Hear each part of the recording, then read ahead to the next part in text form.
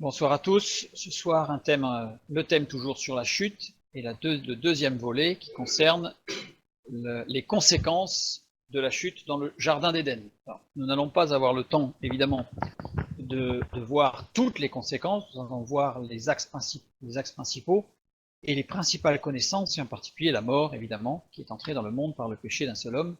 Et nous allons répondre à des questions qui sont fondamentales et qui vont nous permettre, la semaine prochaine, par rapport à l'étude du baptême du Saint-Esprit et entre autres du parler en langue, qui est un sujet qui fait beaucoup parler, c'est le cas de le dire, nous allons pouvoir poser les choses et la semaine prochaine on comprendra vraiment toute la mécanique, tout ce qui se passe au niveau spirituel, psychique, émotionnel, physique, dans la conversion, la sanctification, l'édification et le baptême du Saint-Esprit. Ce soir, la chute dans le jardin d'Éden, les conséquences. Pour ceux qui prennent la vidéo qui est sur internet, je conseille de regarder le premier volet avant celui-ci, parce qu'il y a des choses sinon qui vont être un petit peu difficiles à comprendre, ou du moins il va falloir les accepter sans avoir eu tout ce qui démontre ce que nous allons affirmer ce soir sur certains points. Commençons. Nous avons vu, un tout petit résumé, nous avons vu ce qu'était l'homme avant la création. À la création, avant la chute, pardon. Avant la chute, l'homme avait un corps, il communiquait avec l'extérieur, par les 9 sens. Donc on a vu le toucher, on a vu qu'il y avait aussi l'ouïe, la vue, l'odorat, le goût. Mais que ce n'était pas seul, il y avait d'autres sens dont on parle rarement, qui ont la proprioception. Donc perception de la position des différentes parties du corps, ce qui permet d'applaudir, sans avoir à regarder ses mains et puis se toucher. La faim, quelque chose d'intérieur. La nociception, une notion de douleur, on va le voir. L'équilibrioception, qui est le sens de l'équilibre, tout simplement. La proprioception, en fait intervenir les muscles, les tendons, je vais rapidement parce qu'on l'a déjà vu, hein, mais muscles, tendons et os, au niveau des articulations, enfin au niveau des jonctions, c'est ce qu'on appelle les organes réactionnels de la vie de la relation. Les récepteurs sont appelés éléments proprioceptifs car ils réagissent à une excitation provenant de l'organe lui-même. Ce n'est pas quelque chose d'extérieur. Si l'organe souffre, on a une douleur. Donc c'est vraiment pas quelque chose de cutané. C'est pas au niveau du toucher. C'est ce qu'on va appeler, c'est ce qui va être en lien direct avec la nociception. Les 5 sens dont on a l'habitude de parler, qui sont le toucher, l'ouïe, la vue, l'odorat, le goût, réagissent avec une excitation qui vient de l'extérieur, qui rentre, alors que les autres vont être plutôt quelque chose de l'intérieur. La nociception, c'est une fonction défensive, une fonction d'alarme. Ensemble des phénomènes permettant l'intégration au niveau du système nerveux central d'un stimulus douloureux via l'activation des nocicepteurs, qui sont les récepteurs de la douleur, situés au niveau cutané, musculaire et articulaire, justement, donc en lien avec la proprioception. En secourisme, on appelle cette action automatique l'arc réflexe, c'est ce que nous avons vu la dernière fois. L'équilibrioception est aussi appelée le sens de l'équilibre, d'ailleurs on le dit bien, un sens de l'équilibre, prévient et anticipe, sert à prévenir donc et à anticiper les chutes, grâce au système vestibulaire, dans l'oreille interne. Directement associé au système visuel pour percevoir si un objet est en mouvement, donc on suit, on bouge, on arrive à toujours garder un point fixe de vision. La perception, le contrôle de l'orientation et des mouvements corporels n'est possible que grâce à la mise en relation de toutes les informations issues des récepteurs, à savoir l'oreille interne pour l'équilibre, évidemment, les yeux pour suivre tout ce qui est en mouvement, l'ouïe, parce qu'on va avoir besoin de l'ouïe, parce que si on n'a pas d'ouïe, on peut se rendre compte qu'on peut avoir certaines difficultés à faire certains mouvements, et des capteurs musculaires, articulaires et cutanés, évidemment, par rapport à la nociception. Sinon, on ne pourrait pas marcher. Si on était obligé de regarder nos pieds à chaque fois pour savoir si on a bien bougé la jambe pour que le pied puisse se poser au sol, on n'y arriverait pas. Donc ça, c'est un ensemble à la création. Donc, pardon, c'est sur mon arrière. Ah oui, donc ça, c'est ce qu'on a vu. Donc je reviens. J'ai oublié cette page. Non seulement il y avait le corps, donc là on a vu, avec les 9 sens, mais il y a aussi l'âme. L'âme qui interagit avec le corps via 6 attributs, l'affection, la raison, la mémoire, avec les 3 mémoires dont on a parlé la semaine encore avant, dont on parlera à la fin tout à l'heure, c'est important, l'imagination, l'analyse et la pensée, ça c'est ce qui concerne l'âme. Et l'esprit qui oriente l'âme, nous sommes avant la chute, par les 7 esprits de Dieu, qui sont la sagesse et la compréhension, les conseils, puissance, connaissance, révérence, justice, vérité et fidélité. et l'esprit oriente, dirige, pilote le reste de l'être. C'est-à-dire que avant la chute, ce qui était prévu dans l'organisation, dans la création de Dieu, c'est que l'homme soit entièrement dirigé par l'esprit, par son esprit, avec un petit e, qui lui-même était alimenté par l'esprit de Dieu. La création a eu lieu en 6 étapes principales, qui sont le premier jour, création des lois de la thermodynamique. Donc là, je vous renvoie vers l'étude sur la création, pour avoir plus d'informations. Là, c'est vraiment un résumé, avec la création du principe de la matière. Deuxième jour, le premier assemblage de matière, H2O, l'eau. Formation de l'univers par l'eau, dans l'épître de Pierre. Génération des champs magnétiques, en lien avec les lois de la thermodynamique, bien sûr. Troisième jour, génération de tous les éléments naturels, les éléments périodiques du tableau de Mendeleïev. La vie végétale, troisième jour. Quatrième jour, initialisation des réactions thermonucléaires, formation solide des objets célestes. Cinquième jour, création des animaux à sang froid, ce qu'on appelle les poikilothermes, c'est-à-dire crustacés, vers, tout ce qui est reptilien, dont les dinosaures, nous avons déjà vu ça, les oiseaux, les insectes et les chiroptères, chauves-souris. Sixième jour, création des animaux à sang chaud, qu'on appelle les homéothermes, et la création de l'homme, qui est séparé, qui n'est pas dans la continuité des animaux à sang chaud, mais après les animaux à sang chaud, il y a l'homme qui lui-même est un homéotherme. Il a fallu 6 jours. 6 jours, et nous avons étudié que c'était bien 6 jours de 24 heures, donc 6 jours. L'homme n'a pas été créé omniscient. C'est-à-dire qu'il n'a pas été créé avec la connaissance. Dans Genèse chapitre 2, verset 8, nous lisons « Puis l'Éternel Dieu planta un jardin en Éden du côté de l'Orient, et il y mit l'homme qu'il avait formé. » Il y mit Cham, qui veut dire « avec cela ». Le verbe qui a été traduit par maître, c'est sim, sim qui signifie placer, mais qui signifie aussi former, façonner. Donc il y forma l'homme dans le jardin, conjugaison au mode imparfait, action, processus inachevé, prolongé et répété. Ça veut dire que par ce texte, on voit que Dieu a mis l'homme dans le jardin, c'est pas pour lui dire bah, vas-y, occupe-toi des mauvaises herbes, puis je reviendrai demain. C'est qu'il a placé l'homme dans le jardin avec l'objectif, grâce au jardin, avec le jardin qu'il avait créé, de former l'homme, de lui apprendre des tas de choses. Donc l'homme n'a pas été créé omniscient, mais Dieu l'a créé, puis l'a formé. Donc l'a informé et l'a formé. Il n'y a pas qu'une formation physique, il y a aussi la formation de la connaissance. Quel était le but de l'enseignement divin? Si Dieu a formé l'homme, il y avait un but. Quel était ce but? Reprenons Genèse 2.8. Il est dit que que Dieu forma l'homme avec tout ce qui avait été créé. On a vu Cham avec cela. Maître, on a vu que c'était façonné. Avec cela, avec le jardin. En gros, comme un enfant qui doit être éduqué, tout à fait. D'ailleurs, il y a tout un système éducatif très intéressant à regarder. On ne va pas le faire ce soir. Donc Dieu planta un jardin en Éden du côté de l'Orient. Et c'est avec cela, avec ce jardin du côté de l'Orient, que Dieu va enseigner, former l'homme. Genèse chapitre 2, verset 15, nous lisons « L'Éternel Dieu prit l'homme et le plaça dans le jardin d'Éden pour le cultiver et pour le garder. » Le garder de quoi? C'était une bonne question, ça. On va voir. Je n'ai pas pu en parler, mais on va pouvoir le voir tout à l'heure. L'Éternel Dieu prit l'homme et le plaça dans le jardin. Le verbe prendre, lakar qui signifie conduire, prendre par la main. C'est vrai, il y a une notion, c'est pas je prends et je pose, c'est je prends un enfant par la main, pour qu'il se lève et qu'il apprenne à marcher. Et je l'accompagne.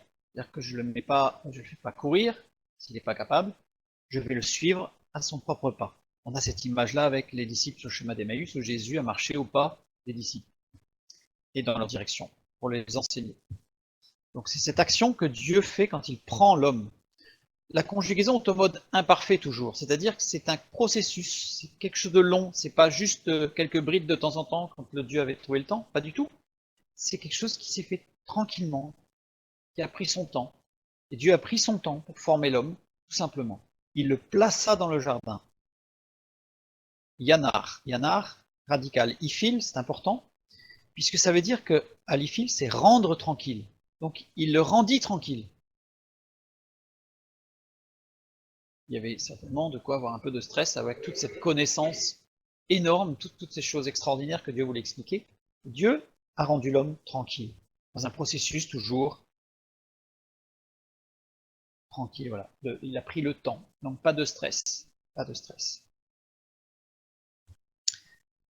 Et dans ce jardin, Dieu l'a placé pour le cultiver et pour le garder. Cultiver abad. Abad, toujours radicalifile, qui veut dire. Alors s'il avait été, au radicalifile, ça aurait voulu dire être forcé de travailler. En fait, il l'a mis là, dans un but vraiment, maintenant il faut que tu travailles. Or, ce n'est pas au radical ifile, c'est au radical cal, c'est-à-dire servir librement. Le radical change tout. C'était une action libre. Dieu enseignait l'homme, et l'homme cultivait le jardin librement, parce qu'il le voulait bien, et avec l'enseignement de Dieu. Voilà. Donc c'est pas le radical ifil surtout qui est utilisé, et ça on le voit bien tout au long de l'enseignement de la parole de Dieu. Il n'y a pas de notion d'être obligé de. Et pour le garder, de qui, de quoi? Ça c'est la grande question. Ça. Le verbe garder c'est shamar. Shamar qui veut dire observer, faire attention à. Pas forcément faire attention dans le sens être en haut d'un mirador, en vigile, faire attention à ce que l'ennemi ne rentre pas, mais une observation. Quand on apprend, si on apprend des sciences naturelles, on va observer, on va regarder, on va vérifier ce qu'on nous a dit. C'est pas forcément dans le sens d'avoir mis un doute, on va le consolider. C'est dans ce sens en fait que l'homme devait. On rentre tout ça dans sa mémoire et on va en parler à la fin de la mémoire.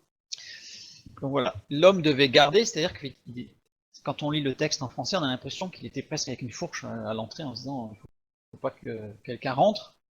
Absolument pas. C'est pour justement servir librement et observer tout ce qui se passait. La croissance, les fruits, ce qui était bon, bref, observation. Les versets suivants, les versets 16 et 17, nous lisons « L'Éternel Dieu donna cet ordre à l'homme. Tu pourras manger de tous les arbres du jardin, mais tu ne mangeras pas de l'arbre de la connaissance du bien et du mal, car le jour où tu en mangeras, tu mourras. » Déjà bien étudié ce verset la semaine dernière, mais là on va le regarder sous un autre angle. Il donna cet ordre. On a l'impression que c'est un peu dur quand même. Le verbe c'est sava. Sava qui veut dire, alors, qui est formé, qui veut dire, on va voir tout à l'heure ce que ça veut dire exactement, qui veut dire bien sûr donner un enseignement fort, mais la racine de ce mot caractérise toute espèce de ligne tracée vers un but. En fait, c'est un enseignement qui a un but. Et quel est ce but? C'est la lettre E qui est la vie. C'est-à-dire qu'en fait, voilà le but de l'enseignement que Dieu a donné à Adam dans le jardin et à Ève, c'est la vie. Avoir la vie. Conjugaison, radical piel, exprime une action répétée et étendue, c'est quelque chose qui est répété, répété, répété, répété, donc c'est pas une fois, c'est tout le temps. Le but est tout constant. Et ça, c'est très important parce que c'est ce qui va conduire toute l'histoire de l'humanité dans le plan de Dieu, c'est cette ligne directrice vers la vie. Et quand on voit Dieu donna cet ordre, Dieu ordonna, ça a toujours trait à ce but, à cette ligne droite qui fixe le but, qui est la vie. Mode imparfait, c'est-à-dire que ça exprime une action répétée, continue dans le temps, c'est quelque chose de continu, c'est pas tiens, il faut que tu ailles jusque là-bas et puis on se retrouvera là-bas, c'est quelque chose de continu, cet ordre de Dieu, c'est tout le temps. Cet enseignement de Dieu dans tout ce qui se passe, dans tous les événements, dans toutes les observations que l'homme va pouvoir faire dans le jardin, on va voir tout à l'heure ce que c'est que le jardin, Dieu enseigne dans un seul but, pas à servir, mais rendre libre au contraire et donner un but à la vie. C'est le but essentiel de l'acte de l'homme, c'est la vie.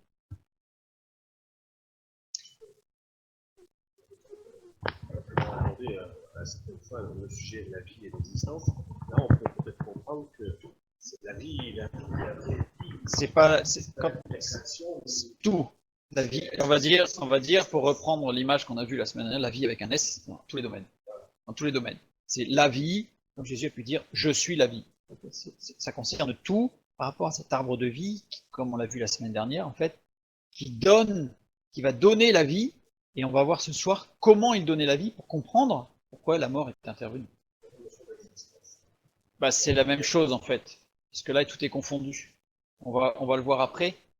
On va voir que la différence entre ce qu'on peut appeler aujourd'hui l'existence, c'est-à-dire travailler, manger, dormir, une nécessité physique induite par la condition de l'homme aujourd'hui, on va voir que cette différenciation entre l'existence et la vie se fait au moment de la chute.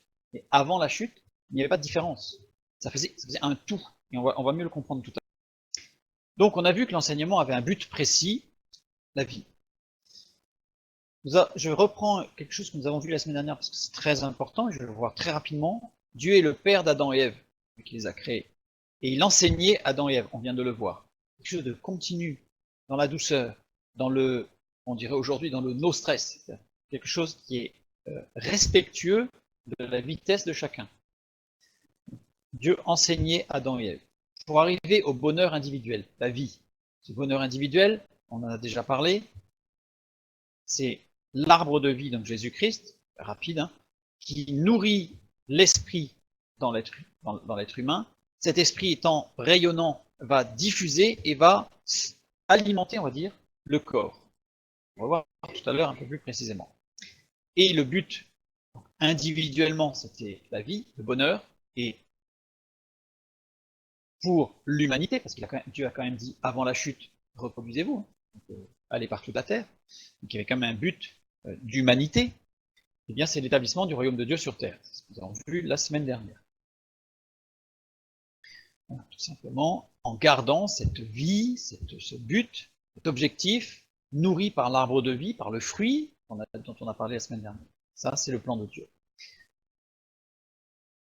Mais qu'est-il arrivé? Satan s'est substitué au Père céleste et il enseigna Adam et Ève. On a vu ça la semaine dernière. Pour arriver à la jouissance individuelle. Raison pour laquelle Jésus a dit, Jean-Luc 44, vous êtes du diable votre père. Parce que Satan s'est substitué à Dieu dans l'enseignement, et au coup, Dieu enseignait, Satan enseigna. C'est une action qui vient, c'est-à-dire verrouler, qui vient commencer à mettre, qui vient faire pourrir tout le reste. On a vu ça la semaine dernière. Et l'objectif de Satan, c'est d'arriver à la jouissance individuelle, c'est-à-dire que ce sont les sens qui doivent apporter la connaissance. Donc on inverse ce que Dieu avait prévu. Ce sont les sens, les 9 sens qui vont venir nourrir, ce que fait croire Satan, venir nourrir le corps pour arriver à, soi-disant, un épanouissement individuel. L'objectif de Satan, c'est l'établissement d'un royaume terrestre et non plus le royaume de Dieu sur terre, totalement différent. Donc il a perdu, j'ai mis ces petits personnages en gris, perdu toute sa couleur, toute sa richesse, toute sa vie. Donc, cependant, il continue à être l'existence. On va en parler tout à l'heure. Mais alors, de quelle mort parle Dieu? Dans Genèse 17, nous lisons: mais tu ne mangeras pas de l'arbre de la connaissance du bien et du mal, car le jour où tu en mangeras, tu mourras. Là, on touche quelque chose de très très important. On a déjà vu le verbe manger, ce que ça voulait dire la semaine dernière. Akal. Akal, même mot qu'en Genèse 3.6, nous avons vu, Dieu avait bien prévenu non seulement des conséquences, mais aussi du processus de la chute. Tout l'enseignement que Dieu a donné aussi. Donc c'était pas une grande surprise. Dieu avait prévenu, Adam et Ève savaient. Ils avaient la connaissance.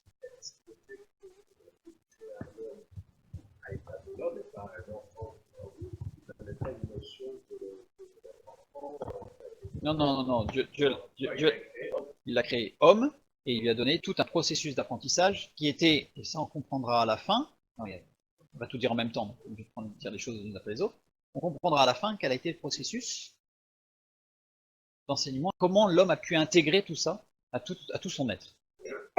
Tu mourras. Tu mourras, en hébreu, il y a une répétition, puisqu'en fait, on voit bien, on a mout, tamut. C'est-à-dire qu'on a 2 fois le même mot, les 3 lettres ici, avec la lettre tav en début du deuxième. Ça a été traduit par tu mourras. En réalité, il y a 2 fois le verbe mourir. Alors certains traduisent par tu mourras de mort. Pour montrer l'insistance, parce que forcément, s'il y a une répétition, c'est qu'il y a une insistance. Ces deux mots, mort, mout. Mais entre les deux, et au début du deuxième, de droite à gauche, nous avons la dernière lettre hébraïque, qui est la lettre Tav. Nous avons déjà rencontré, mais je vais redonner tout le détail de la signification de cette lettre, pour ceux qui ne le savent pas. Valeur numérique, 400. 400, ça représente symboliquement dans la parole de Dieu la souffrance, 15, 13, le rachat, référence, le salut, d'autres références qui permettent ceux qui veulent aller chercher dans leur Bible, et c'est la croix de Christ. Comment peut-on affirmer que Tav c'est la croix de Christ? Eh bien en fait on le sait parce qu'initialement la lettre Tav avait cette forme. On le sait par des médaillons retrouvés de l'époque des Maccabées, autour de 400 avant Jésus-Christ, frappés de la lettre Tav en croix verticale, en forme d'un T et non pas d'un X. Puis, par déformations successives, elle est devenue cette forme-là, en carré qu'on appelle, puis la forme en flamme, on appelle la forme en flamme, ce Tav-là. Petit clin d'œil, je le fais à chaque fois parce que je trouve ça extraordinaire. À la sortie d'Égypte, les Hébreux durent sacrifier un agneau sans défaut et placer du sang de cet agneau sur les poteaux et le linteau de leur porte et laisser le sang à l'extérieur pour ne pas être atteint par l'ange exterminateur. Si on trace une porte et que l'on couvre par le sang d'un agneau, ça nous fait ceci, et on laisse le sang à l'extérieur, ça nous fait ceci. Ça veut dire que la marque, le sang de l'agneau sur les portes linteaux en laissant le sang à l'extérieur, formait la lettre Tav, qui reprend le mot Tav, qui signifie croix. Jésus a dit, je suis la porte, nul ne vient au Père que par moi. Toute cette symbolique qui est reprise. Par ailleurs, dans Ézéchiel 9,4, nous lisons, l'Éternel lui dit, passe au milieu de la ville, au milieu de Jérusalem, et fais une marque sur le front des hommes qui soupirent et qui gémissent à cause de toutes les abominations qui s'y commettent. Le mot marque, c'est le mot Tav. Tu fais un Tav sur le front des élus. C'est la croix de Christ. Le Tav est la marque du salut en Christ, la croix. Dernier petit clin d'œil sur cette page. Cette marque sera singée par Satan à la fin des temps pour l'asservissement et la perte des hommes. Parce qu'il faudra une marque sur le front pour pouvoir acheter et vendre. Et ce sera en fait cette marque de Dieu. On repère dans toutes les actions de Satan qu'il singe toujours Dieu. Il singe Dieu, c'est-à-dire qu'en fait, il copie et il essaye de. Et très souvent, c'est à l'envers. On le voit par ce qu'on a vu sur l'étude de la croix gammée, etc. Avec ce symbole biblique très fort qu'il a pris à l'envers. Je ne parle pas du Vatican, je parle d'autre chose. Une information, ça c'est pour qu'il n'y ait pas de confusion. La marque de Caïn, Caïn a reçu une marque, ce n'était pas un Tav, mais c'était Hôte. Ça veut dire autre chose. Complètement autre chose. Donc, nous avons vu que cette lettre Tav, c'est la croix.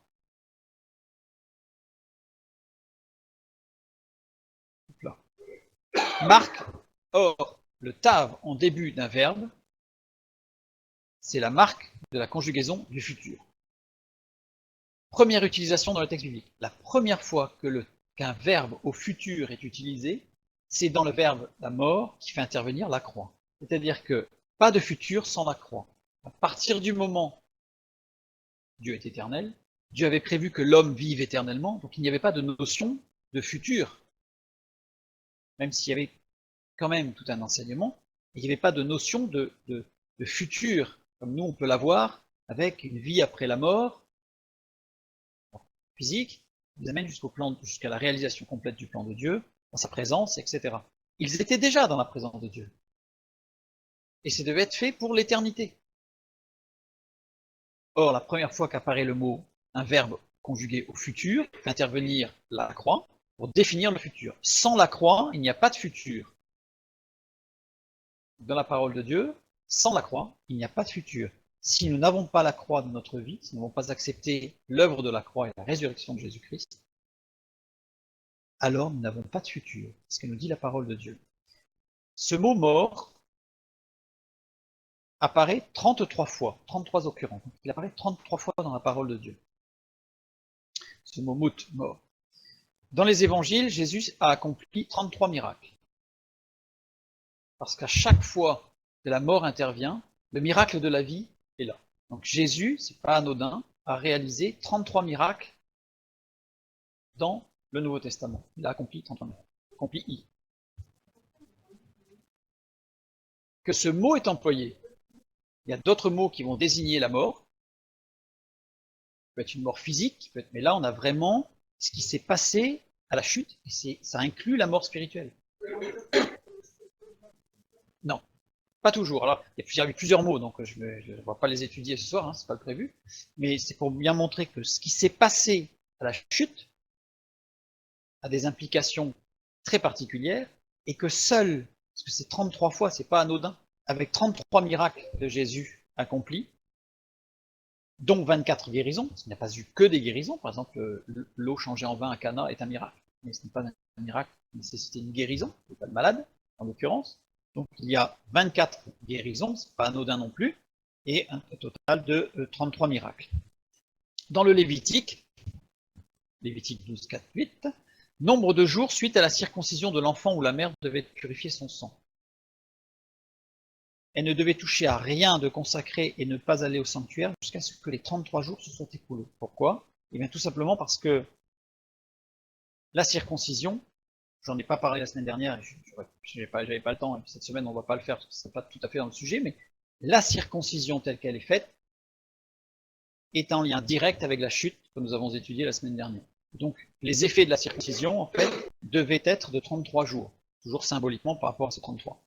Dans la Genèse, nous lisons, Jacob eut de sa première femme, Léa, 33 enfants et petits-enfants. C'est pas anodin non plus, puisque Léa et Rachel jouent un rôle important dans les références prophétiques de l'histoire d'Israël jusqu'à Jésus.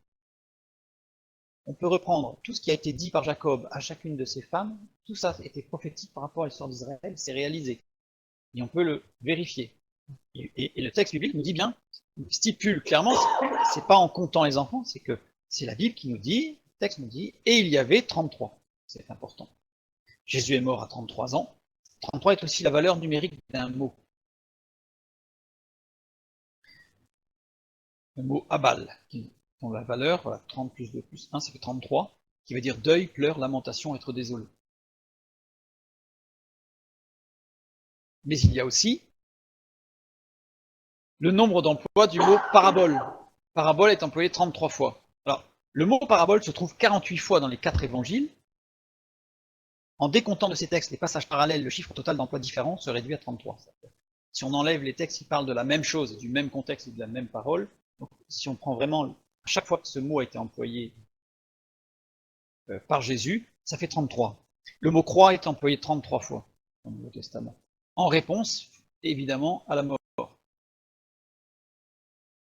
Ainsi que le mot diable. Et pourquoi? Pour cause, je dirais plus. Parce que la mort a été impliquée par Satan. Le mot diable apparaît 33 fois. Mais aussi le mot jeûne. C'est intéressant une fois qu'on étudie ce que c'est que le jeûne. Parce que le jeûne a un rapport direct, puisqu'il est employé aussi 33 fois. Ainsi que le mot maladie. Évidemment, puisque la maladie est venue par la mort. La mort implique la maladie. Et le nombre 33 est employé 6 fois dans la parole de Dieu. Symbole de l'homme et de son action. 6, la mort concernait d'abord l'homme. Concernait l'homme.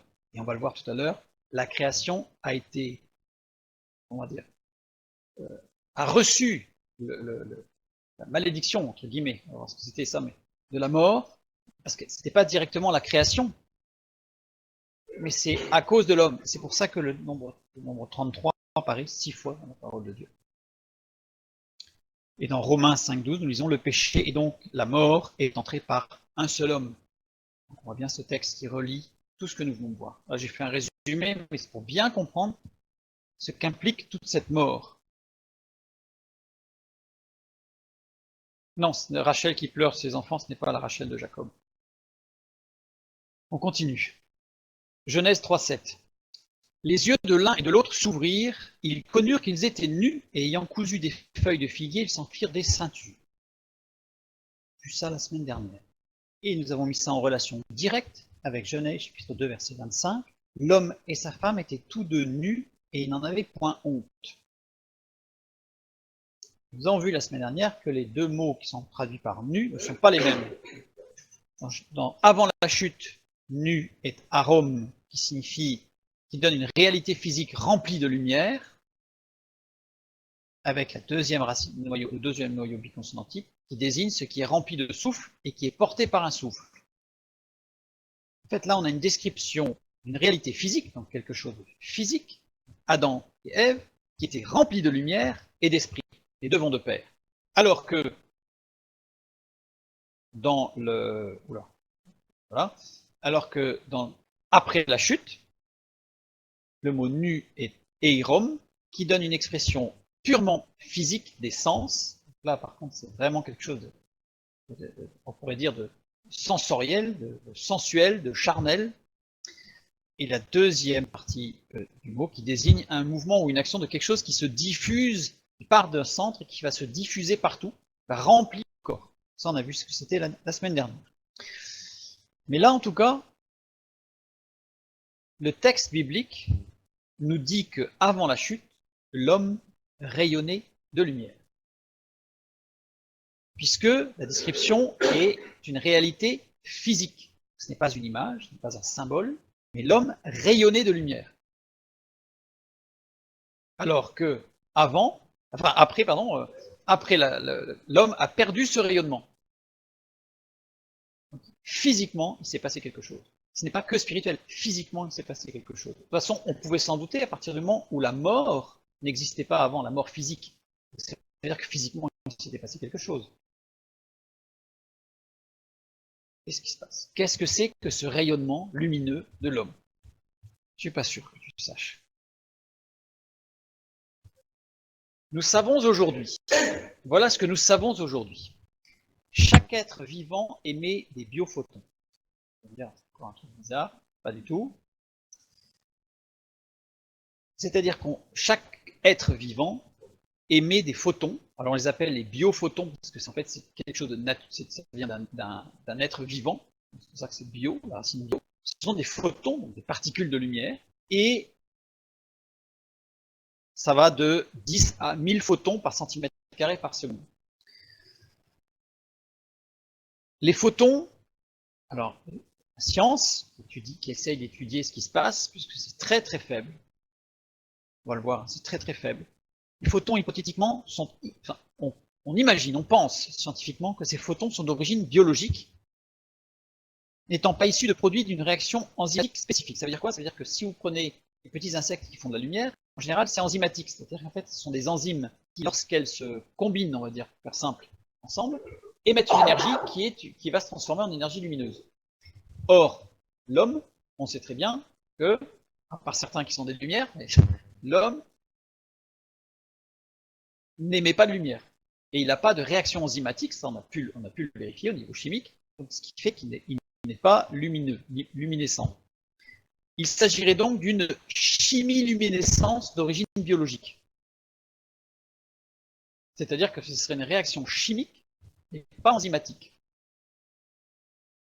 Ce pas des enzymes, ça peut être différents corps, j'ai plus en mémoire, mais on sait faire de la lumière avec des corps chimiques, quand on les assemble, ça émet des photons.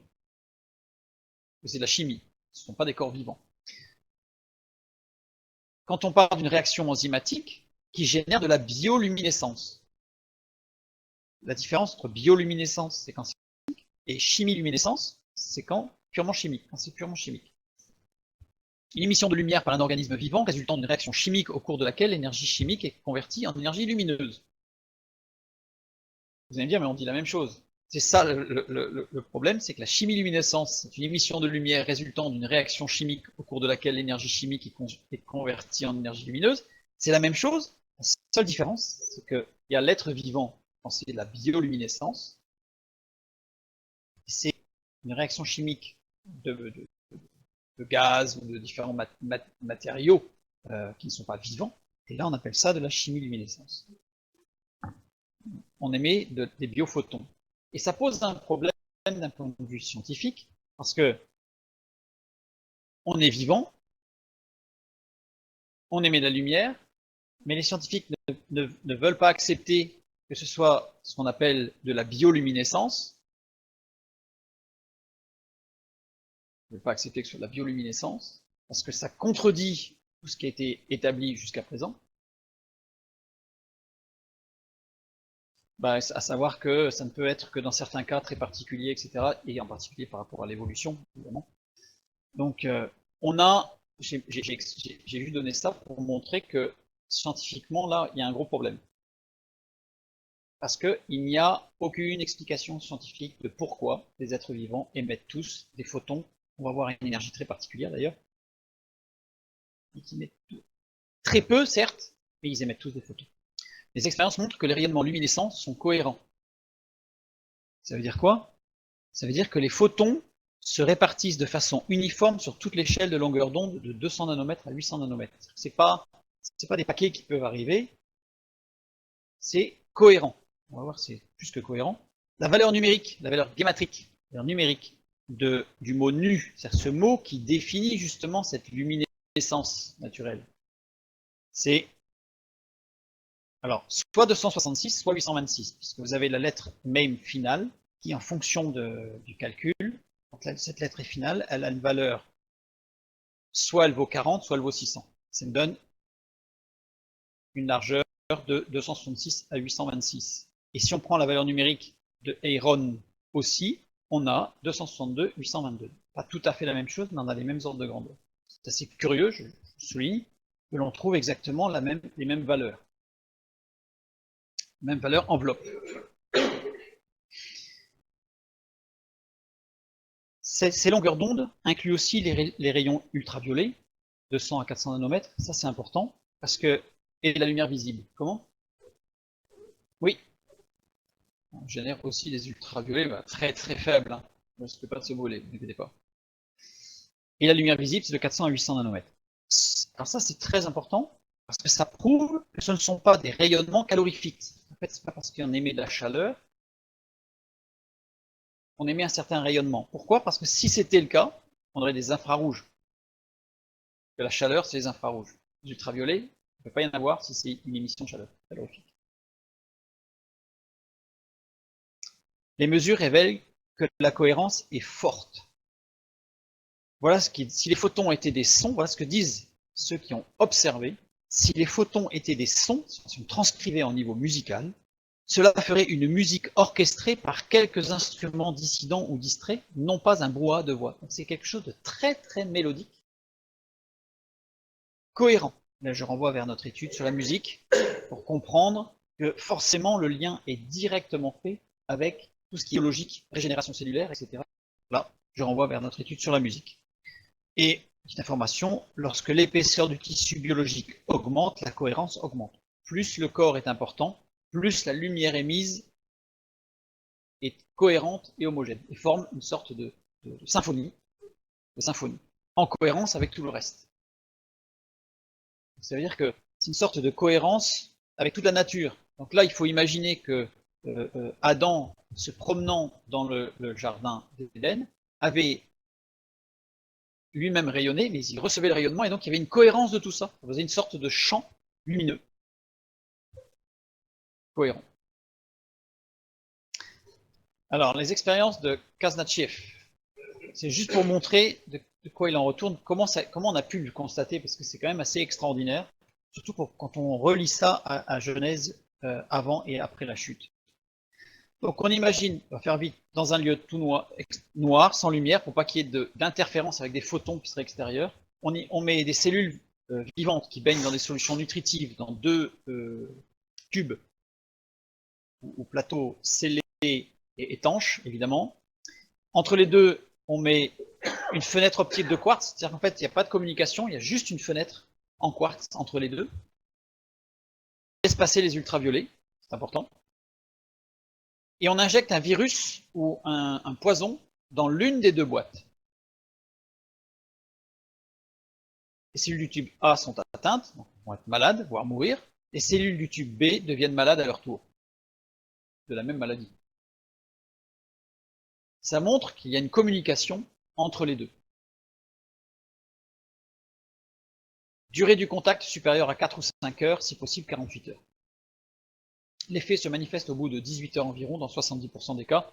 C'est pour donner vraiment le résultat. Sachant que je survole, parce que si vous voulez, vous pouvez aller voir, vous aurez plus d'informations, évidemment.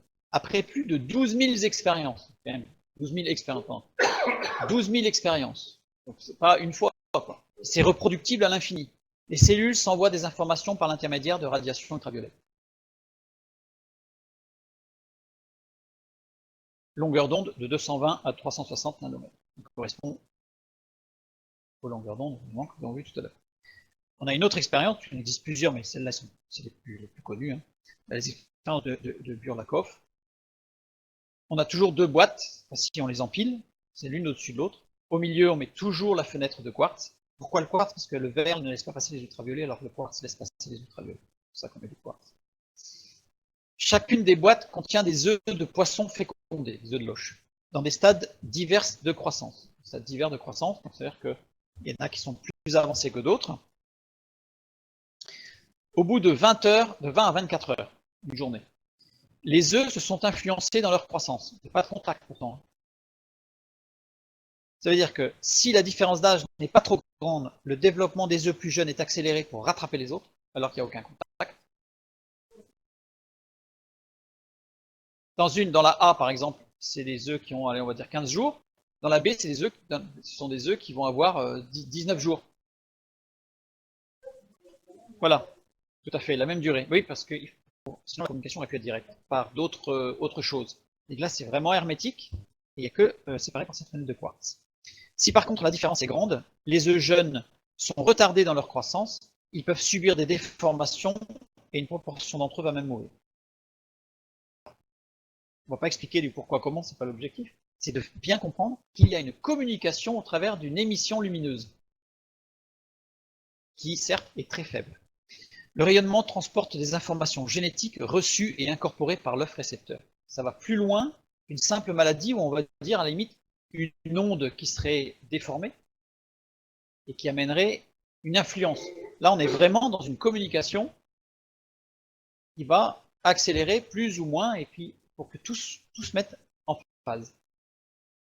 Se mettre en phase. Sans aucune modification chimique du génome. C'est-à-dire qu'en fait, on n'a pas de modification. C'est important parce qu'un jour, on étudiera ce que c'est que l'acétylation et la méthylation et on verra qu'il peut y avoir des modifications chimiques du génome qui peuvent intervenir. Le génome, c'est tout ce qui donne ton ADN, enfin, toute la structure de ta signature génétique.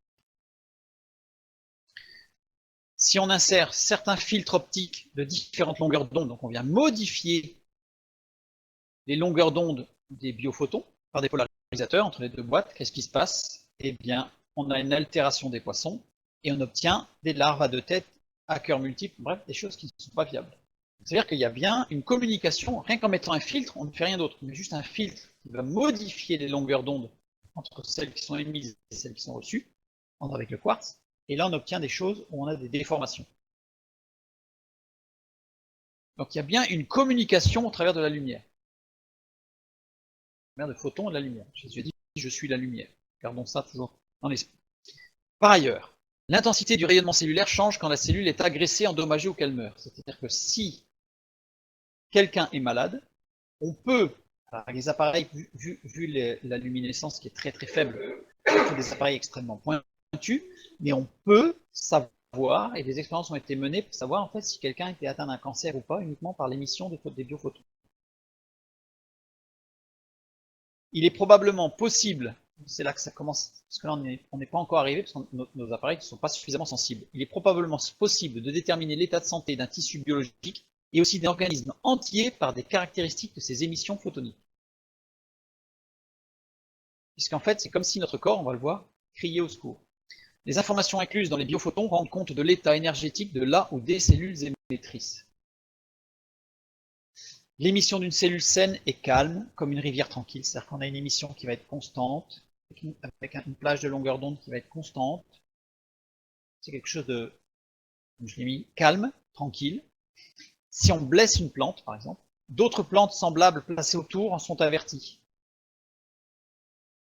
Même si on les isole, mais on laisse une paroi telle que le quartz laisse passer les ultraviolets. Même si elles sont éloignées, donc ça va assez loin. Tout dérangement augmente la production de rayonnement. Si on commence à déranger un être vivant, c'est plus facile avec une plante parce qu'elle ne bouge pas.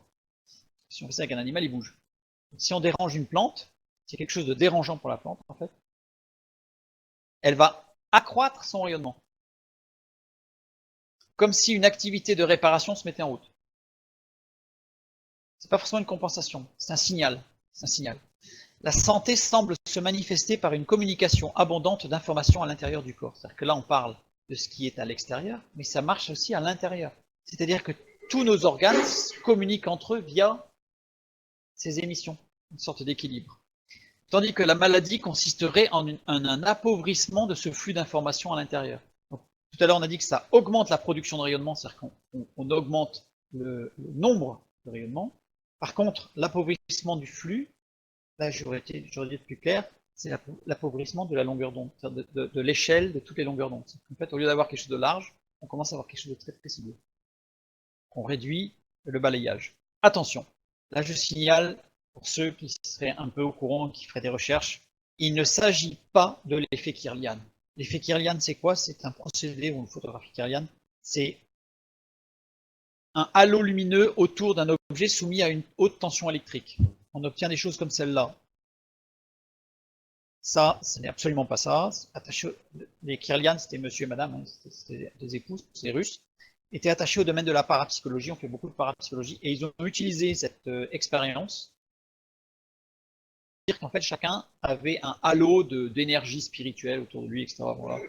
C'est pas du tout ça, puisqu'on sait que ce halo lumineux est dû à un effet corona, c'est-à-dire à une ionisation de l'air, du fait qu'il envoyait une tension, peu de puissance évidemment, mais très haute tension, ce qui crée une ionisation de l'air et donc qui crée cette sorte de aura qu'on peut voir au travers même pas que du vivant, aussi des objets qui sont soumis à cette photographie kirliane. Donc là, c'est vraiment pour dire qu'il ne s'agit absolument pas de ça. Il s'agit vraiment d'une émission photonique à très, très faible énergie pour tous les êtres vivants, qui ne sont pas soumis ni à un champ magnétique, ni à quoi que ce soit, à l'état naturel. Ça, c'est très important quand même. Genèse 2, 25, nous disons, l'homme et sa femme étaient tous deux nus et ils n'en avaient point honte. À Rome, Adam et Ève émettaient de la lumière dont la source était l'esprit en eux. Et Genèse 3, 7, nous disons, les yeux de l'un et de l'autre s'ouvrirent, ils connurent qu'ils étaient nus, et Rome, Adam et Ève ont perdu la source de vie. Mais ce n'est pas une source de vie uniquement spirituelle et symbolique. Le texte biblique est en train de nous dire que c'est même physique. C'est-à-dire que l'action du Saint-Esprit, de l'Esprit Saint, je devrais plutôt dire, à l'intérieur de Adam et Ève, les rendait remplis de lumière et leur corps entier était régénéré par cette lumière. Et ils sont devenus, après la chute, on va dire sensuels, sensoriels, on aurait pu dire aussi. Il y a tout un tas de termes, tout ce qui a trait au sens et, comme on l'a vu la semaine dernière, à l'excitation de ces sens. Alors, non, en fait, l'effet ongle, c'est juste que les rabbins disent que nos ongles sont des restes de cette peau que nous avions à l'origine, qui était une peau, en fait, qui était remplie de lumière, parce que elle rayonnait, et cette lumière, en fait, par rapport à tout ce qui était émis, c'était une sorte de peau qui faisait que Adam et Ève, même en marchant, alors qu'ils étaient nus, ne pouvaient pas s'égratiner et saigner. C'était une peau, et l'ongle, c'est ce que disent les rabbins, attention. L'ongle serait le reste de cette peau qui était extrêmement souple, comme de la peau, mais qui était avec de la kératine, en fait, qui était de la matière des ongles. Bon, je ferme la parenthèse. En tout cas, ce rayonnement les protégeait. Et on peut imaginer qu'il y avait même une régénération cellulaire qui était extrêmement rapide au travers de cette puissance lumineuse qui venait pour guérir. Donc, Genèse 2, 25, l'homme et sa femme étaient tous deux nus et ils n'en avaient point honte. C'était au départ ce que nous avions déjà vu, c'est-à-dire l'alimentation par l'arbre de vie, par ce fruit de l'arbre de vie, et on va le voir tout à l'heure, et tout ce qu'il y avait autour, cette lumière qui faisait que l'homme était nourri de l'intérieur et venait vers l'extérieur, et que tous ses sens étaient remplis de cet équilibre, de cette harmonie avec tout le reste. Et dans 3.7, justement, après la chute, eh bien, nous avons l'inverse, c'est-à-dire que ce sont les sens qui sont venus et qui avaient tendance plutôt à étouffer l'esprit plutôt qu'autre chose. Ce mot nu, et Rome, celui de Genèse 2, 25, celui qui était lumineux, est utilisé 16 fois dans le texte de l'Ancien Testament, et toujours en lien avec l'action de l'esprit sur un prophète. Toujours. Par exemple, quand il est dit que Saül, quand il rencontra les prophètes, il se mit à prophétiser, alors qu'il était à côté de la voix de Dieu, hein, il voulait tuer David, mais il s'est mis à prophétiser et il dit qu'il était nu, il s'est mis à prophétiser. En fait, c'est ce mot-là, c'est-à-dire en fait, c'est comme s'il avait retrouvé un rayonnement. Raison de 1 Corinthiens 14, 1, quand nous lisons « Recherchez la charité, aspirez aussi au don spirituel, mais surtout à celui de prophétie. » C'est en lien direct avec ça, cette action de l'esprit, ce rayonnement de la lumière qui vient remplir de vie.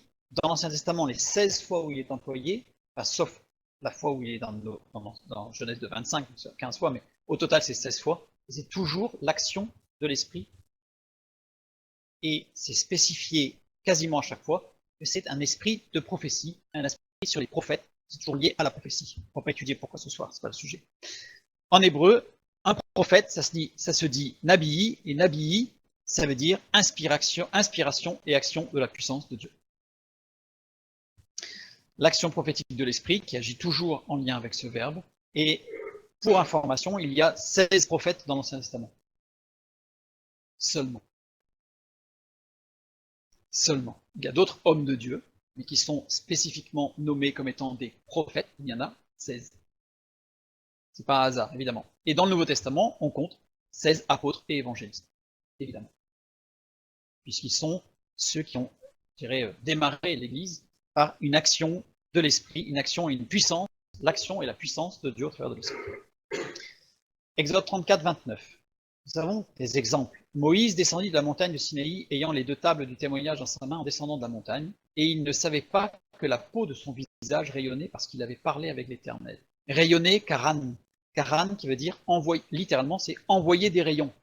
Donc on voit bien, il envoyait des rayons lumineux. Conjugué au mode parfait, action accomplie, terminée, instantanée, unique. C'est-à-dire qu'en fait, il venait de parler avec Dieu, il rayonnait, mais le lendemain, il ne rayonnait plus. En fait, c'était pas constant. C'était des actions à chaque fois qu'il était en contact avec Dieu, un certain temps d'ailleurs. C'est pas qu'il se chargeait, c'est qu'il était rempli. Parce que se charger, ça donne l'impression qu'en fait, c'était comme quelque chose d'une électricité statique. Non, il ne se chargeait pas. Il était rempli, mais sa condition humaine, parce qu'on va le voir après justement, sa condition humaine faisait qu'il ne pouvait pas vivre comme avant la chute. Comme avant la chute. Karan est employé 4 fois, donc dans Exode 34, 29, 30 et 35, toujours sur le même schéma, c'est toujours concernant Moïse, et une fois dans le psaume 69, au verset 30 et 31. Je le signale parce que c'est particulier, quand il est dit « Je célébrerai le nom de Dieu car par des cantiques, je l'exalterai par des louanges. Cela est agréable à l'Éternel, plus qu'un taureau avec des cornes et des sabots. » On va dire où est-ce que ça rayonne là?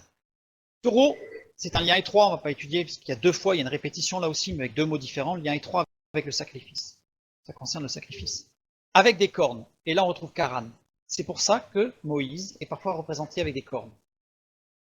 Sur des grands peintres, il est représenté avec des cornes, parce qu'ils disent, ouais, mais en fait, c'est bizarre, qu'il rayonne, c'est pas naturel que son visage rayonne.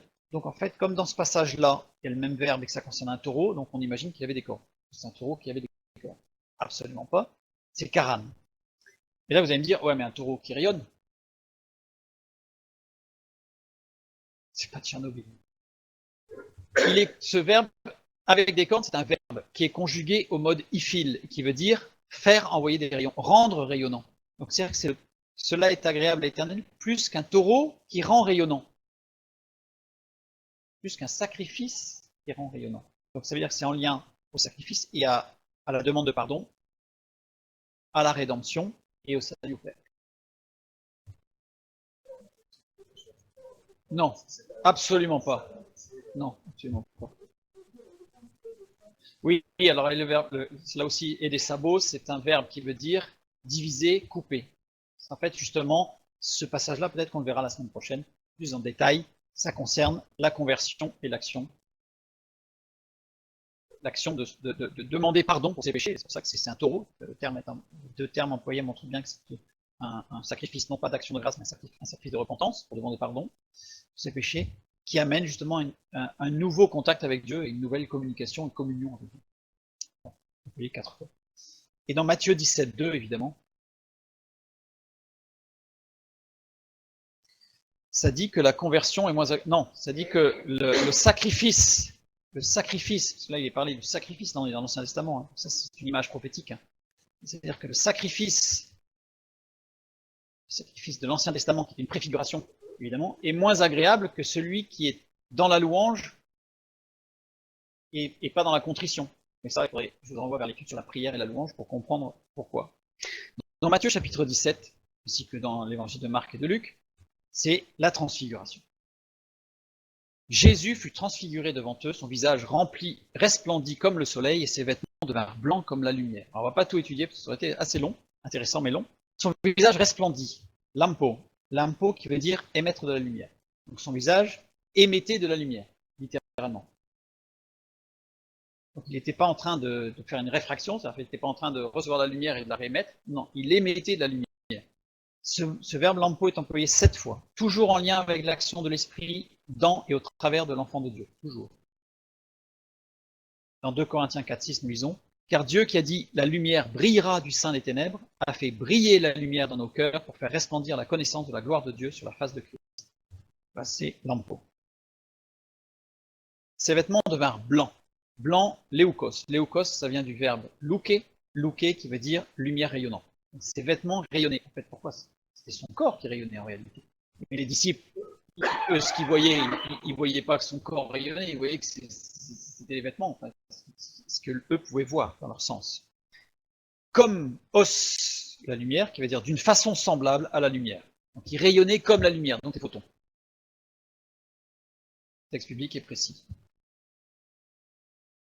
On lit, si on étudiait les 3 passages où il est parlé de la transfiguration, on voit bien que c'est tout le corps de Jésus, on voit bien à travers des vêtements, mais c'est tout le corps, bien insisté que ce soit tout le corps de Jésus qui rayonnait. Alors que pour Moïse, ce n'était que son visage. Et le texte biblique de Exode chapitre 34 montre bien qu'il ne s'agissait que de son visage. Jésus a une expérience, cette expérience-là, elle est entière, pleine. La transfiguration nous montre un Jésus-Christ parfaitement homme, parce que Adam devenu Ish, là je renvoie vers l'étude sur la condition humaine révélée dans la parole de Dieu, et Philippiens 2,7, et Christ, totalement Dieu. Pas une différence entre totalement homme, parfaitement Dieu, non. Jésus-Christ est parfaitement homme, totalement Dieu. Au niveau théologique, c'est très important. C'est un rapport dans la parole de Dieu. Quand c'est écrit Jésus, c'est bien parfaitement homme. Quand c'est écrit Christ, c'est totalement Dieu. Quand c'est écrit Jésus-Christ, c'est justement la jonction, l'intégration de la divinité c'est Jésus-Christ qui est venu accomplir la totalité de l'œuvre prévue par Dieu pour saluer de tous. Totalement Dieu, et ça on le voit parce que il est intégré à la Trinité. Il est intégré à la Trinité. On ne va pas étudier ce soir. Pourquoi on peut le dire, je l'affirme. Voilà. Une fois c'est rare, je ne vais pas le démontrer, mais ce serait trop long. Peut-être qu'on étudiera la transfiguration pour se rendre compte qu'il y a comme s'il y avait une juxtaposition de 2 choses. 1, ce que les disciples voient et comprennent avec leur sens. 2, ce qui s'est vraiment passé. Pour faire court, les disciples voient Moïse, Élie, Jésus. La réalité, c'est qu'il y avait Dieu le Père, Dieu le Fils et Dieu l'Esprit. Or, dans la culture, la loi, c'est Dieu le Père. Donc ils l'ont il faudrait étudier tout le texte pour bien comprendre qu'ils ont interprété cette vision en disant « mais c'est Moïse » dans leur perception. Parce que le texte montre bien qu'en fait, ils ne comprenaient pas ce qu'ils voyaient en fait. Il y avait quelque chose de trop fort là. Et l'Esprit, c'est Élie. Donc en fait, ils ont interprété Moïse et Élie. En réalité, c'est l'intégration de la Trinité, puisque c'est Dieu le Père, Dieu le Fils et Dieu l'Esprit. Et donc c'est pour ça qu'on peut dire que dans cette expérience, il était parfaitement homme, parce qu'il a retrouvé toute cette plénitude du premier homme, parce que l'apôtre Paul dit bien qu'il y a le premier homme et il y a le second Adam, Jésus-Christ, qui a fait cette expérience comme le premier Adam, de la plénitude de l'Esprit, et il était totalement Dieu, puisqu'il était intégré à la Trinité.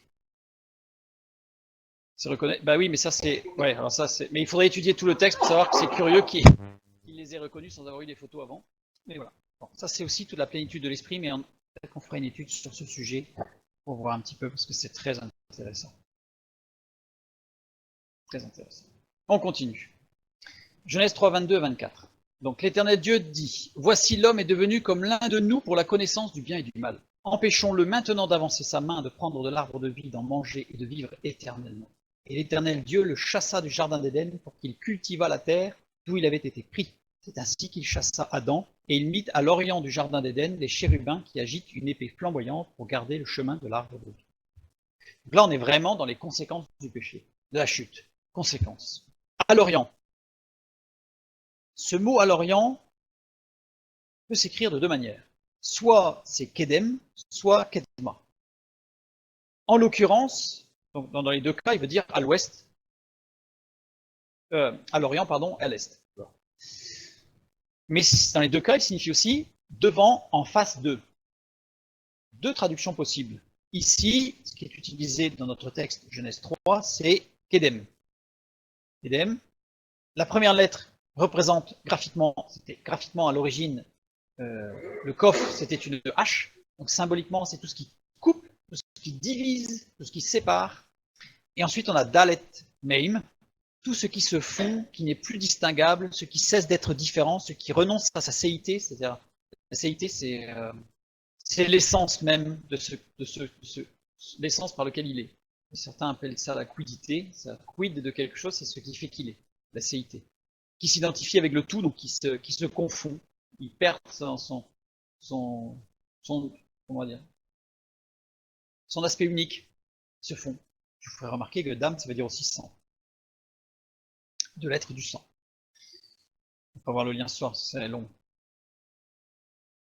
La description de ce texte, c'est qu'il y a rupture de l'unité esprit-âme-corps de l'homme. Il y a rupture de l'unité esprit-âme-corps.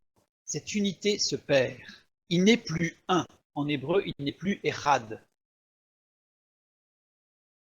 Et qu'est-ce que nous lisons au début du verset 22?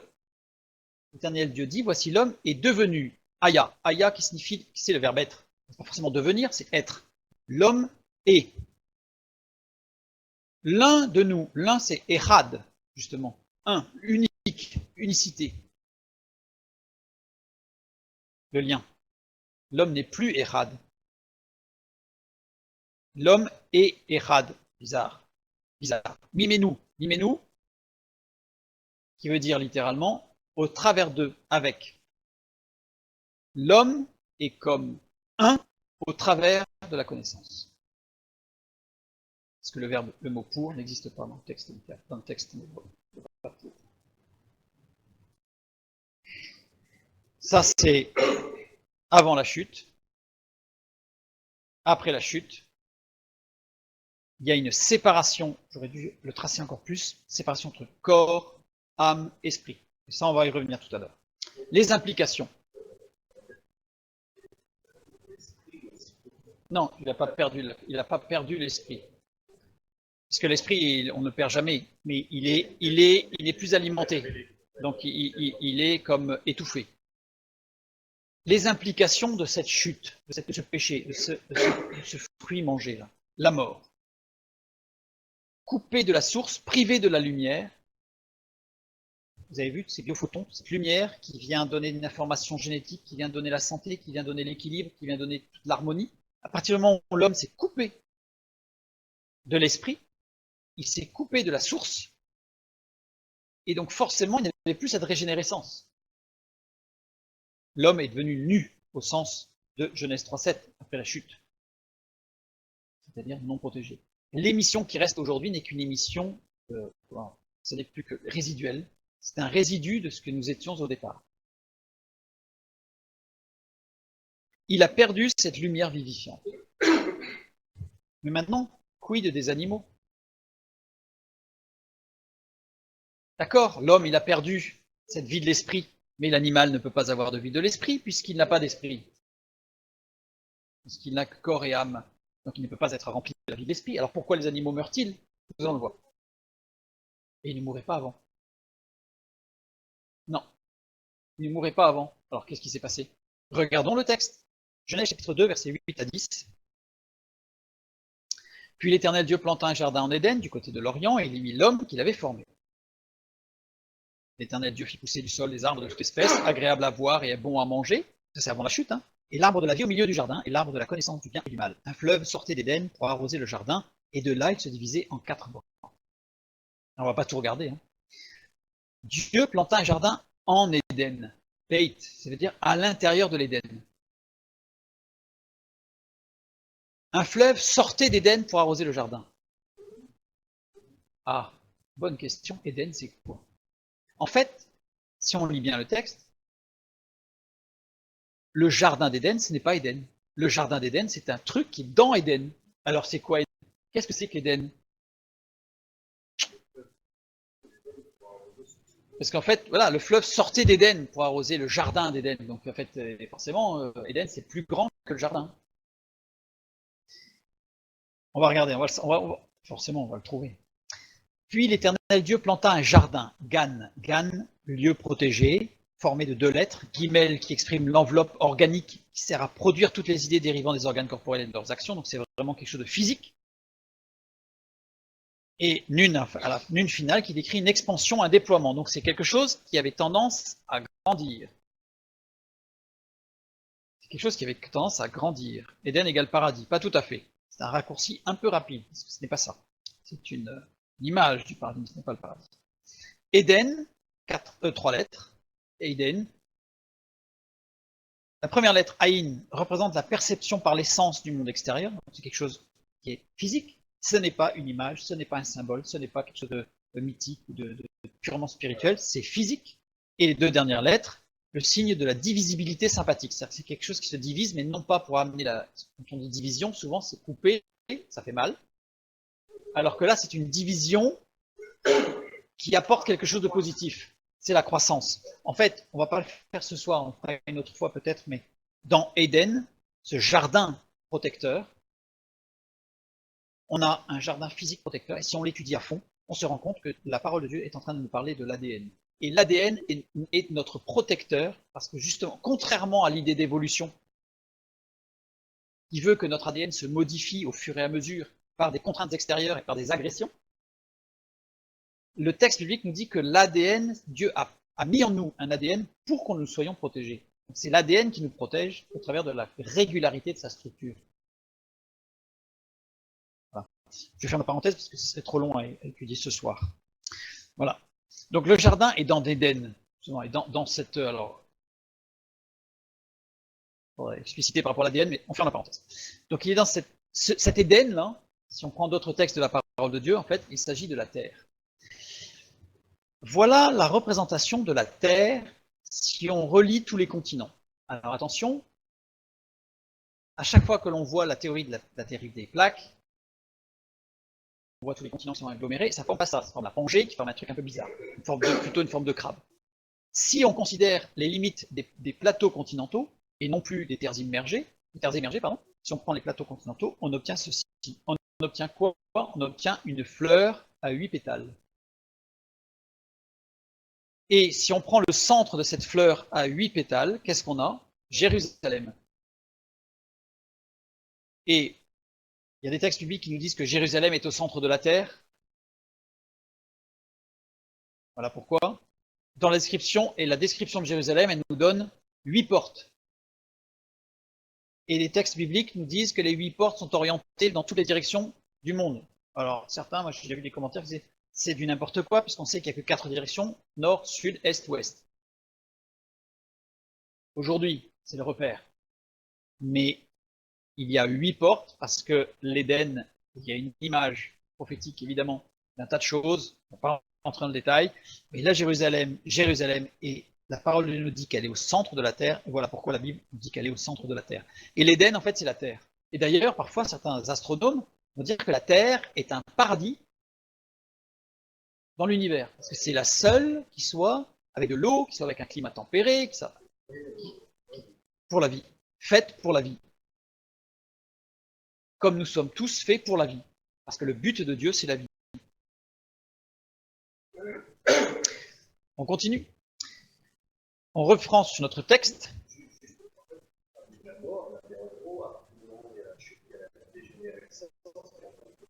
Alors à partir du moment où il y a la chute, c'est pas la dégénérescence qui se met en place, c'est l'absence de régénérescence. C'est subtil. Il y a quand même une dégénérescence aujourd'hui quand on voit ce qu'on en est. Il y a, alors, on va dire, nous, d'un point de vue génétique, qu'il y a une dégénérescence, mais l'instant, ce qui a basculé, c'est l'absence de régénérescence. C'est important parce que dans notre vie chrétienne, dans notre vie spirituelle, ce qui va nous amener peut-être à la chute, au péché ou à l'éloignement de Dieu, ce n'est pas une dégénérescence, c'est un manque de régénérescence. Et ça change tout dans notre vie chrétienne par rapport à la sanctification et à l'édification. Et on va le voir la semaine prochaine à la vie d'esprit.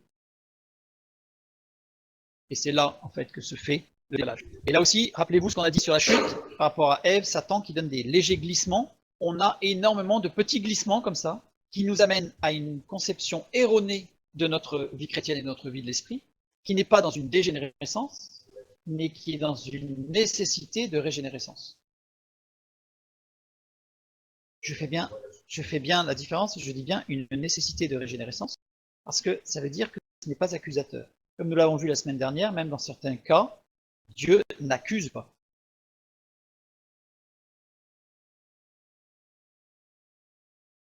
C'est comme si on avait toujours le même âge et qu'on se mettait à vieillir après la chute. C'est un peu ça. Il y a un peu de cette idée-là, mais en fait, pareil, j'aurais reformulé en disant, c'est comme si après la chute, on arrêtait de rajeunir.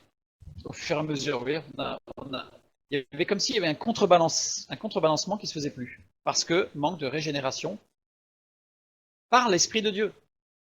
Cette lumière intérieure qui vient rétablir toute chose. Et c'est au travers de cette action de l'Esprit que l'on peut comprendre ce que c'est qu'une guérison divine. On verra ça la semaine prochaine. Donc, l'Éternel Dieu fit pousser du sol des arbres de toute espèce, agréables à voir et bons à manger, et l'arbre de la vie au milieu du jardin. On a vu que c'était Achaïm, qui est là, et vie avec un S. Ça, on a vu ça déjà. Au milieu, Tavek. Tavek qui veut dire dans l'intérieur, vraiment à l'intérieur du jardin, l'arbre de vie, mais qui veut dire aussi entremêlé, entrelacé, faisant partie d'eux. Là, on est toujours sur la question pourquoi les animaux. Hein. Donc ça veut dire que ce que le texte est en train de nous dire, c'est que l'arbre de vie, non seulement il est là au milieu du jardin, c'est formidable, mais qu'il est, ses racines elles sont entremêlées avec toutes les autres, c'est-à-dire qu'il est partout. Il est partout. Un fleuve sortait d'Éden, un fleuve, Nahar, qui veut dire eau vive, mais qui veut dire aussi briller, rayonner. Donc, tout est sur la lumière. Jésus a dit, je suis la lumière. Et ça veut dire aussi allumer et faire briller. Donc ça veut dire que celui qui buvait de cette eau du fleuve qui sortait de l'Éden, c'est-à-dire on retrouve cette idée du fleuve qui sort du temple dans la vision d'Ézéchiel, c'est celui qui boit de cette eau vive ne mourra pas. Comme le fleuve de la vie qui est dans l'Apocalypse. Et c'est pour ça que Jésus a pu dire, celui qui boit de la source d'eau vive que je lui donne, il deviendra lui-même une source, parce qu'il est la source d'eau vive. Les animaux s'abreuvaient au fleuve,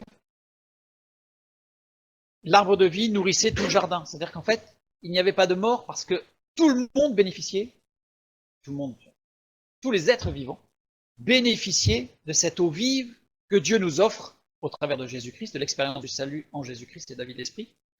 Et tous les fruits poussaient, tout était en contact avec la vie. Mais arrive le péché d'Adam. Genèse 3, 23, 24. Le jardin est fermé. Et c'est pour ça que la mort est entrée par le péché d'un seul homme. Parce qu'à cause d'Adam et Ève, à cause d'Adam, premier homme, le jardin a été fermé.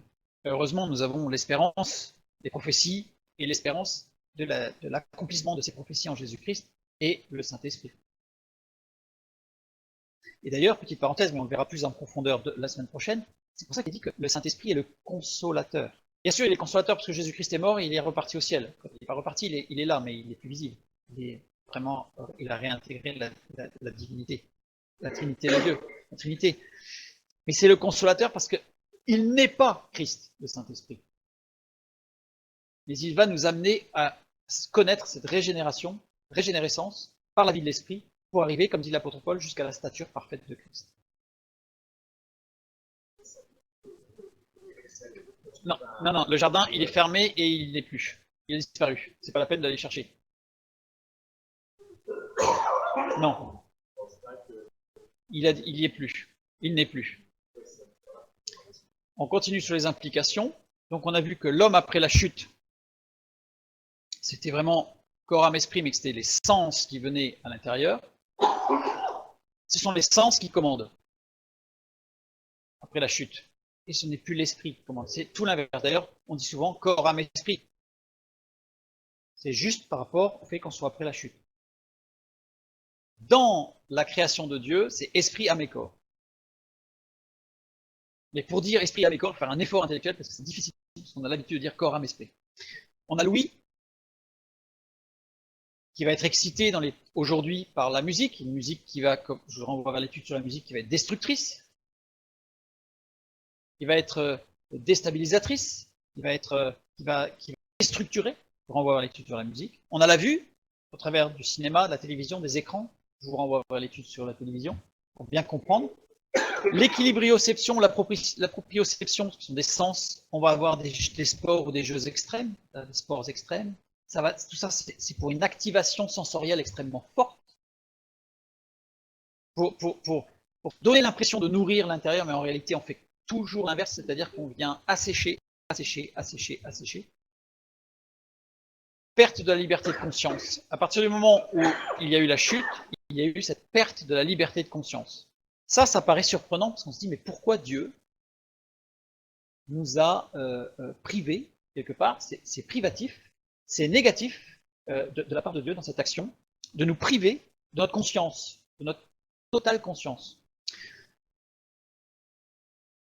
Liberté de conscience, nous sommes ainsi faits, on fait un résumé. Conscient, inconscient, on le sait, on en a déjà suffisamment parlé. Le conscient, on dit toujours que c'est la partie émergée de l'iceberg. Ensuite, on a l'inconscient qui est la partie immergée. Dans les profondeurs de notre être s'imbriquent nos sentiments, attaches secrètes, complexes, d'infériorité et de supériorité. C'est vraiment tout un jeu, en fait, de sentiments profonds, refoulés en général. Notre égoïsme, notre volonté propre, nos désobéissances, nos haines, nos envies, nos souhaits, nos rêves. Tout ça, c'est enfoui, c'est un gros mélange. C'est ce qu'Ésaïe appelle le cœur brisé. On en parlera un peu plus la semaine prochaine aussi. L'Esprit du Seigneur l'Éternel est sur moi, car l'Éternel m'a oint pour porter de bonnes nouvelles aux malheureux.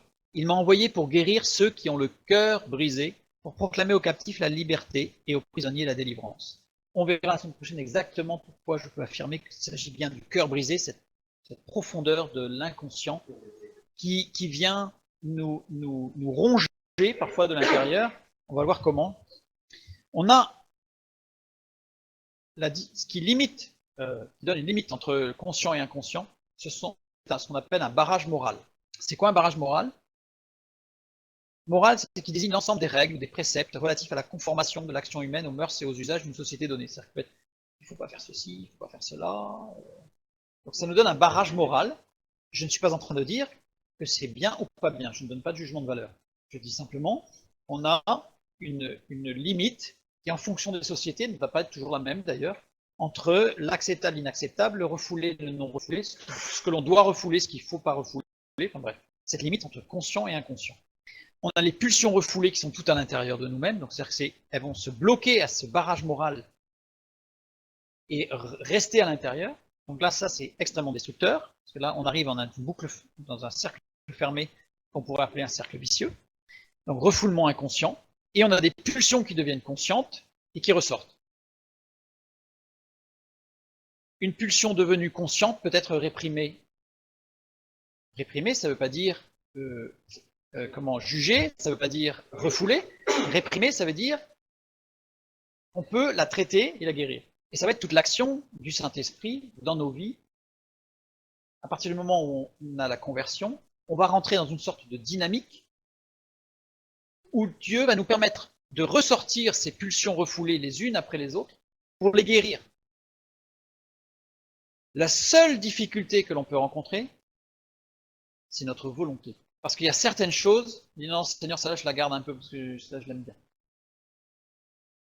Alors que Dieu veut nous amener à une totale liberté et que ce barrage moral n'existe plus. Il y aura toujours l'inconscient et le conscient. Mais il n'y aura plus de pulsions refoulées, parce que Dieu va nous amener à une totale guérison. C'est la vie de l'esprit, on verra ça la semaine prochaine et la semaine suivante, parce qu'on ne pourra pas tout voir la semaine prochaine. Là-dessus, Dieu nous a donné des outils extraordinaires qui s'appellent l'armure du chrétien, Éphésiens 6. Je vous renvoie vers notre étude, nos 6 études sur l'armure du chrétien, il y en a même 8, c'est sur la prière, et donc, toutes les études sur l'armure du chrétien que nous avons déjà faites, vous allez retrouver ce schéma, et en particulier au niveau de la ceinture de vérité, puisqu'elle va jouer un rôle extrêmement important, et d'ailleurs c'est pour ça que la première partie de l'armure du chrétien, c'est la ceinture de vérité, parce qu'il y a la vérité en Dieu, bien entendu. Mais je vous renvoie vers cette étude pour bien comprendre les outils que Dieu nous a donnés avec l'Esprit pour arriver à une vie de complète victoire sur nous-mêmes. Dans Genèse 3, 9, 10, nous lisons « Mais l'Éternel Dieu appela l'homme et lui dit « Où es-tu » Il répondit « J'ai entendu ta voix dans le jardin et j'ai eu peur parce que je suis nu et je me suis caché. » Depuis la chute, l'homme se cache, il se voile la face, il se cache à lui-même, il se cache parce qu'il ne veut pas que ce soit révélé le fond de son être qui est, c'est vrai, noir et moche. Mais Dieu veut le régénérer. Toutes les joies, les pulsions, les colères sont refoulées au nom de conventions sociales. Je ne suis pas en train de dire qu'il faut faire exploser toutes les conventions sociales et repartir sur un mai 68. Je suis en train de dire qu'il faut accepter que Dieu ouvre notre être intérieur, notre inconscient, pour aller y chercher et petit à petit libérer, guérir tout ce qui a été refoulé. Petite parenthèse, attention à tous les jeux d'hypnose qui, soi-disant, permettent d'aller chercher dans l'inconscient de quelqu'un. Là, on joue avec ce qu'on appelle la boîte de Pandore. Là, on joue avec quelque chose d'extrêmement mauvais et qui peut être très, très, très destructeur. Parfois irréparable. Ce qu'on appelle les joies, les pulsions, les colères refoulées, c'est ce que Freud va appeler la libido, c'est ce que Bergson va appeler l'élan vital ou les émotions profondes, volonté profonde de faire hier. Je donne ces références pour montrer que les sociologues, les psychologues, les philosophes ont toujours essayé d'analyser cette profondeur de l'être sans jamais accepter de voir la lumière de Dieu éclairer cet aspect des choses qui est pourtant fondamental dans la condition humaine.